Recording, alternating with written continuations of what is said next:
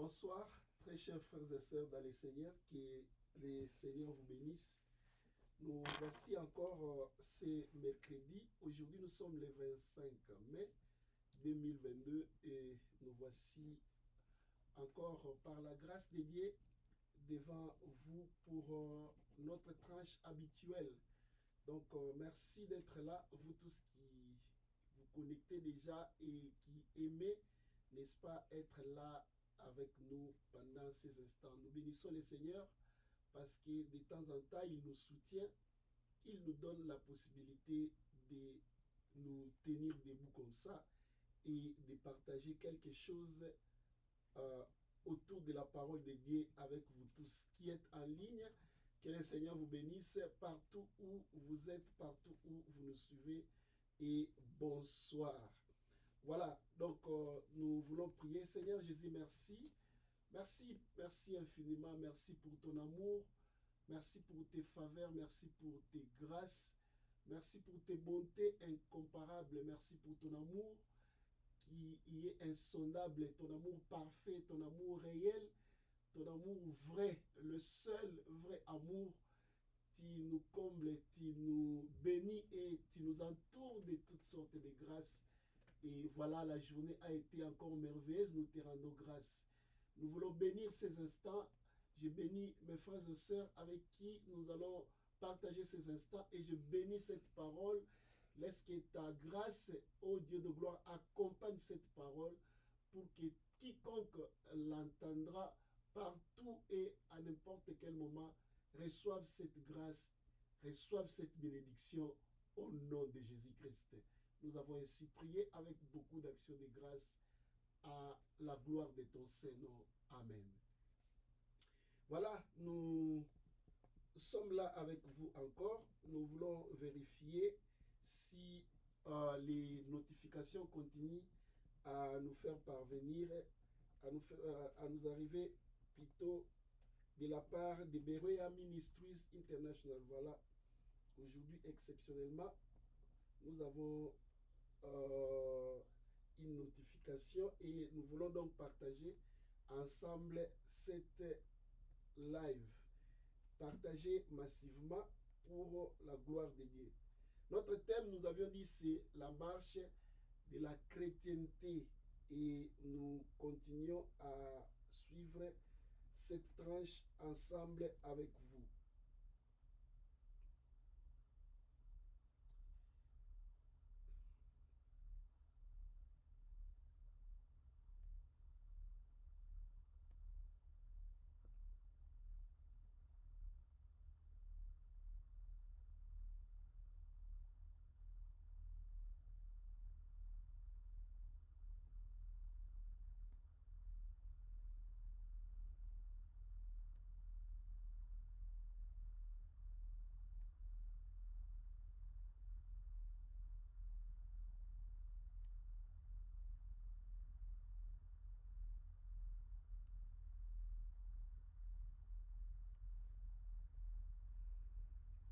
Merci pour vous qui êtes actifs, vous tous qui êtes actifs et qui partagez cet élément avec nous. Que le Seigneur vous bénisse.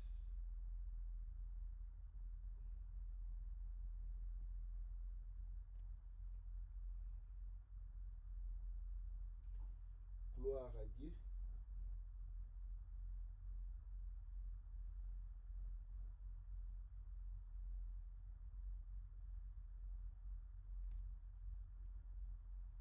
Donc nous sommes en train de partager à tous les groupes Facebook auxquels nous sommes affiliés.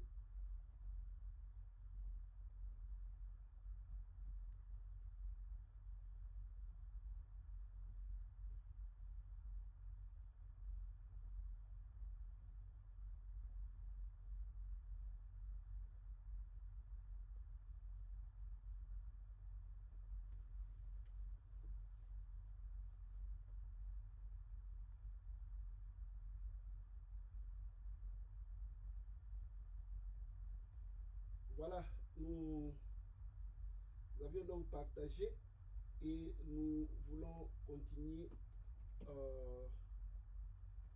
sur ce que nous sommes en train de dire. Voilà. Depuis là, ça fait 2 semaines. La 3e semaine, ça fait voilà, bientôt 1 mois que nous sommes en train de poursuivre ce thème, la marche dans la chrétienté. Et c'est une conséquence, comme nous avions dit, une conséquence d'Issaïe. Nous partageons les éléments de la conséquence d'Issaïe, c'est-à-dire ce qui vient après le salut. Après avoir reçu le Seigneur Jésus-Christ et après avoir accepté qu'il devienne votre Seigneur et votre Sauveur, ce qui advient. Et nous sommes en train d'insister sur le point de d'être enfant de Dieu, n'est-ce pas? Comme nous l'avions vu dans les séances précédentes. Alors aujourd'hui, nous allons lire encore un passage que j'aime beaucoup, un passage très intéressant que j'aimerais aussi que vous puissiez partager. Je sais que certainement tu aimeras ce passage. Nous sommes dans les premiers épîtres de Jean, 1 Jean chapitre 3, et nous allons directement au premier verset. La Bible dit: voyez quel amour le Père nous a témoigné pour que nous soyons appelés enfants de Dieu. Et nous le sommes.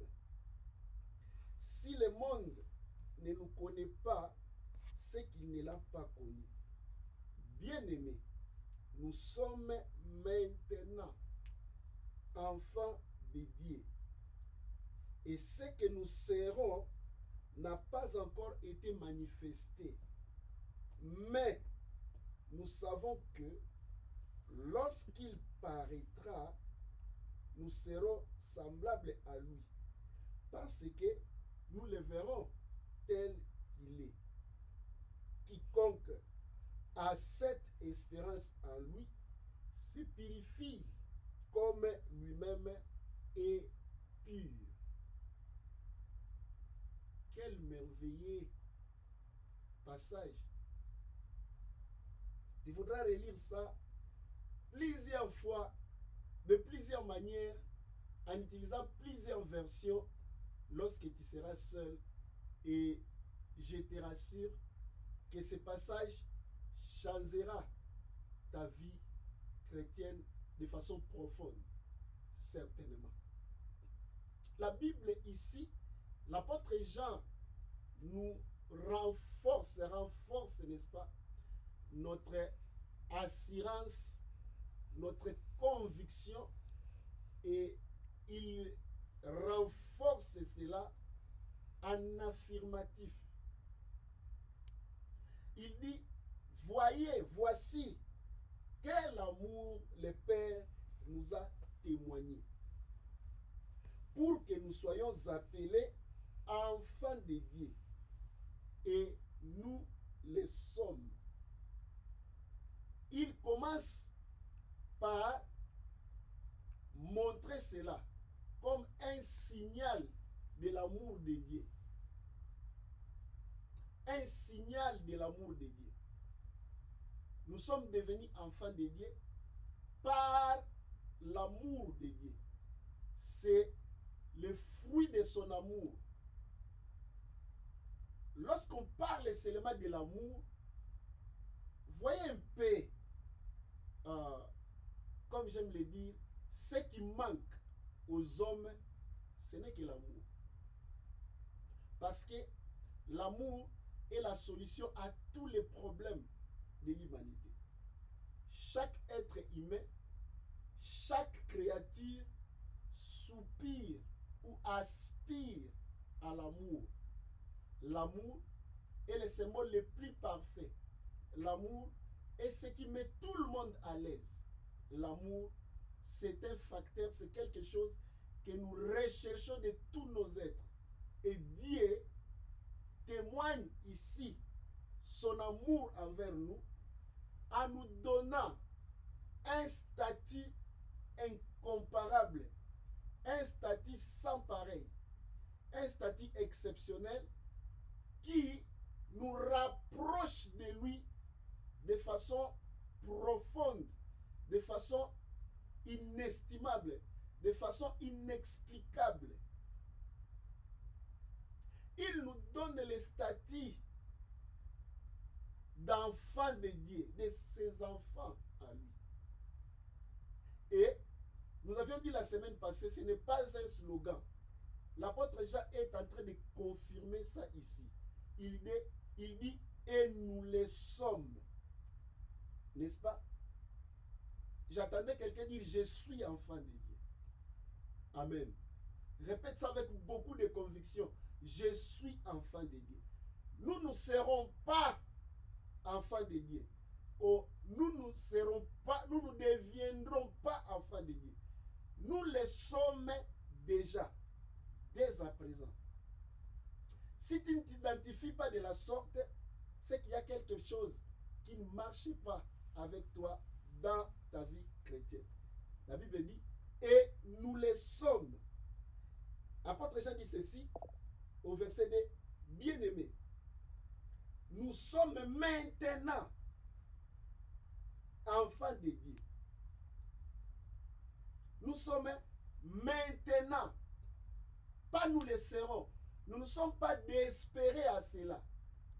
Nous possédons déjà ces statuts. Nous sommes réellement enfants de Dieu. Avec toutes les conséquences que cela peut avoir, oui.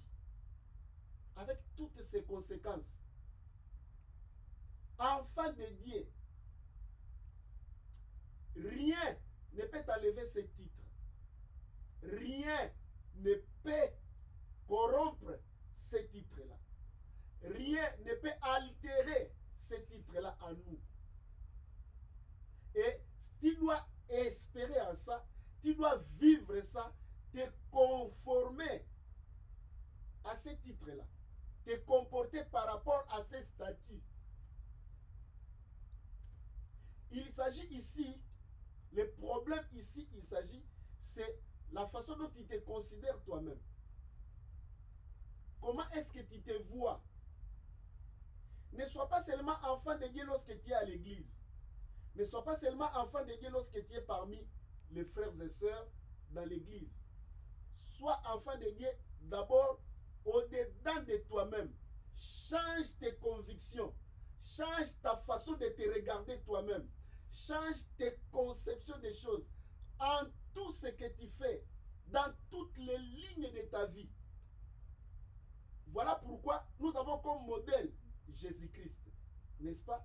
Chaque fois lorsque nous nous comportons, nous nous disons, si c'était le Seigneur Jésus dans cette circonstance, comment est-ce qu'il agirait? Comment est-ce qu'il se comporterait? C'est lui notre modèle, parce que c'est lui qui nous a attribué ces statuts-là d'enfants de Dieu. Et nous marchons selon ses traces. Nous sommes des personnes exceptionnelles. Nous sommes des personnes merveilleuses. Il dit ici, bien-aimés, nous sommes maintenant enfants de Dieu.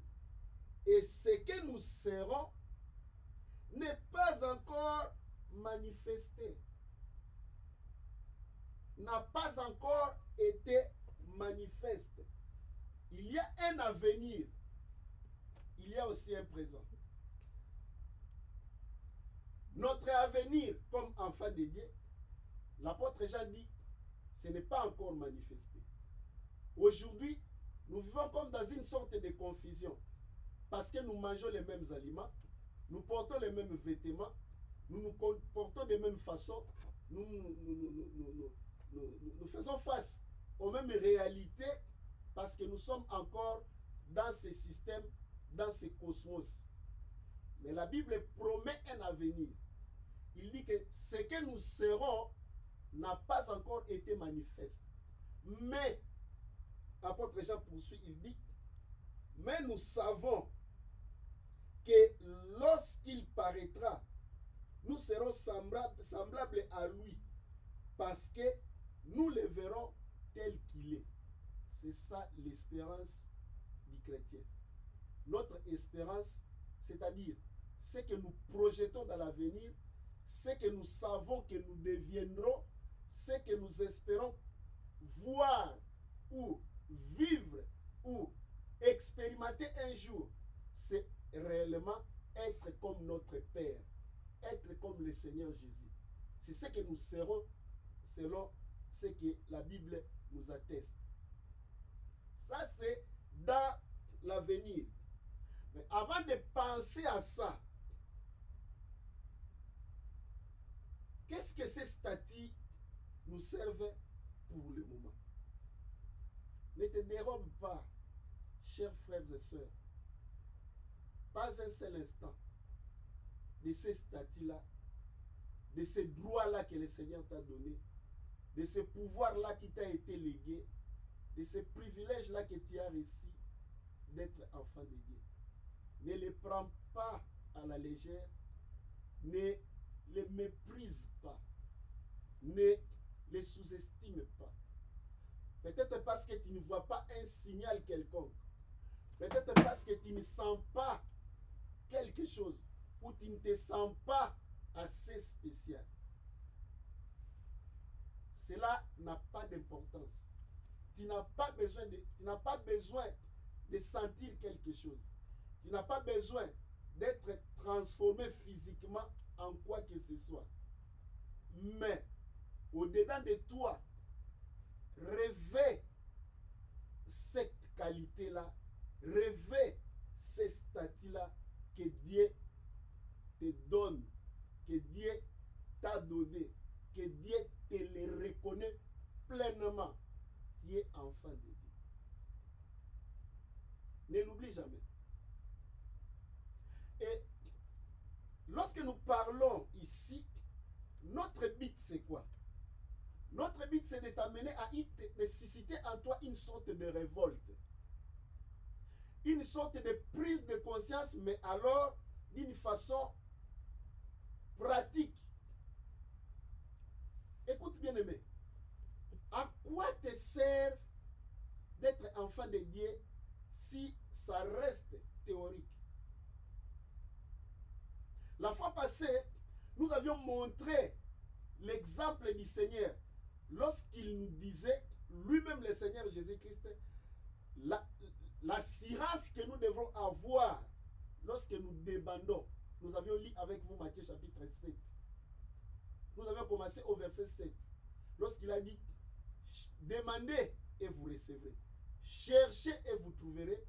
Frappez et l'on vous ouvrira.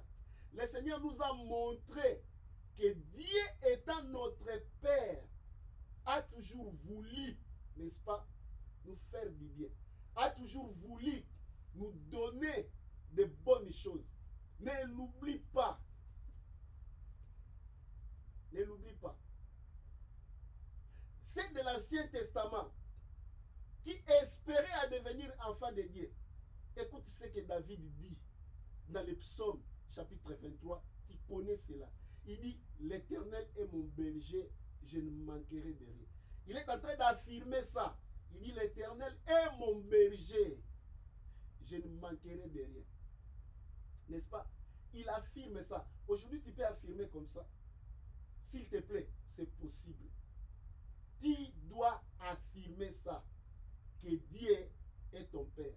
David a dit, l'Éternel est mon berger. Nous disons, l'Éternel est mon Père, je ne manquerai de rien. Alléluia. Tu ne manqueras de rien. Tu ne manques de rien. La Bible nous dit, ne vous inquiétez de rien, mais en toute chose, faites connaître à Dieu vos besoins par des prières, des supplications et des actions de grâce.